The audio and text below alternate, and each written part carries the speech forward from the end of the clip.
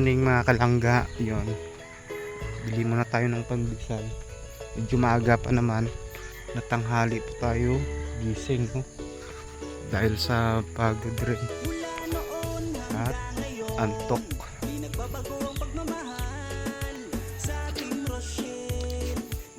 Hindi naman malamig, madaling araw malamig.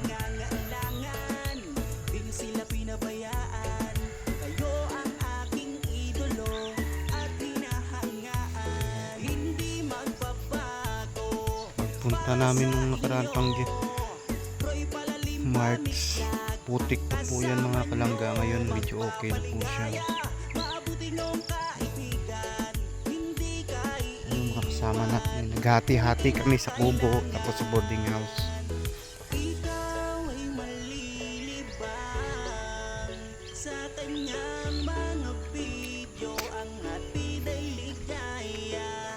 Yan, tulog pa yata mga kasama natin, okay lang yun.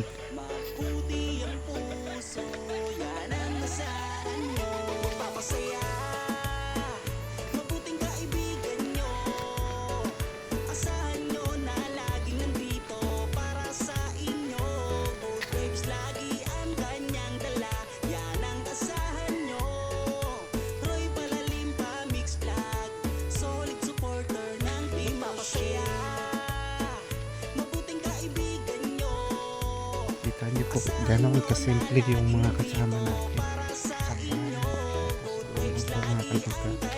Yan, magulat lang po sila niyan. Pagbalik natin, nagpandesal na. Siyempre yung tira namin kagabi na ulam ay yun po ang lutuin natin o initin, no? Thank you po mga kalangga at bilisan ko na yung paglakad. Ito pala yung pandesal dito mga kalangga, ano? Ang lidiit pala. Okay lang dyan. First time kasi lagi tayong nabili sa labas. Malunggay ngayon pala eh. Ang liliit. Okay lang po yan. Pang sausaw sa kape. Yan. Kasi mga kasama po natin tulog pa po mga kalangga, ano?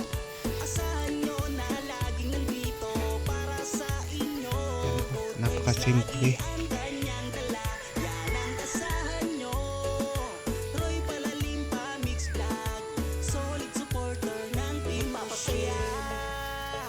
Mabuting kaibigan nyo, asahan nyo na laging nandito para sa inyo. Good vibes lagi ang kanyang dala, yan ang asahan nyo. Roy Palalim pa Mix Vlog, solid supporter ng Team Rochelle. Yan, ganun po ang buhay na isang supporters. Yun, pagmamahal na galing sa puso para sa maglangga po natin na nakakatulong po sa mga kababayan natin, no? Ang pagpunta po natin ay hindi yung basta enjoy lang, no? May papel din po, no? And siyempre sa team po natin, sinasabi po natin, no? Nandyan yung paggalang, kung ano yung estado sa buhay at kung ano po yung madat na namin, bawal po mapaghanap yun. Importante, no? Ang magandang experience pagsuporta sa maglangga. Yun, kita ko naman cowboy po, no?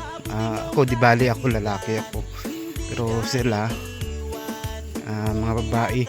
Yun, siyempre pagdating doon sa may kanya-kanyang silang bahay, yun po yung tunay na suporta, hindi maarte. Yun, siyempre lahat tayong mga ka-Rochelle, no? Thank you po mga kalangga. Hinayaan na lang muna natin sila na matulog, hindi na tayo nagdisturbo doon kasi sa pagod na naman po mga kalangga, no?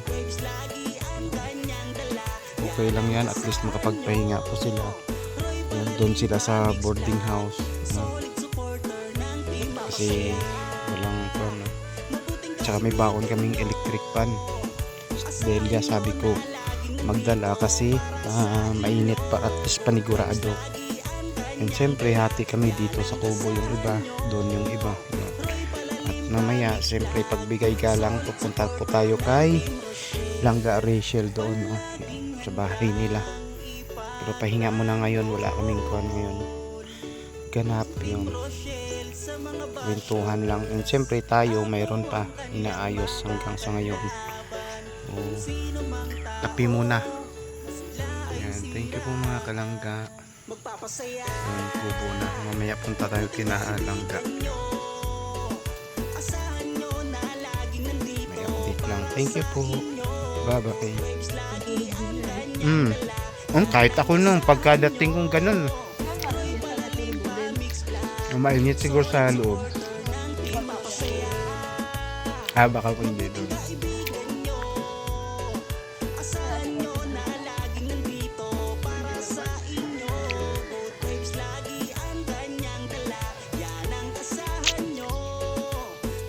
Saan kayo punta?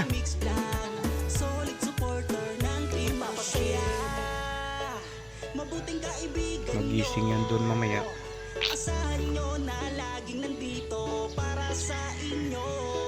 Masarap yung pandesal niya, malat-alat. Yeah. Mura, yun piso, no? Pisong isa. Wala pa naman pisong isa doon sa Cavite, mga kalangga, no? Pero okay na rin yun. Dos atin, 250. Oo. Pang saw-saw sa kape dito. Yun, thank you po.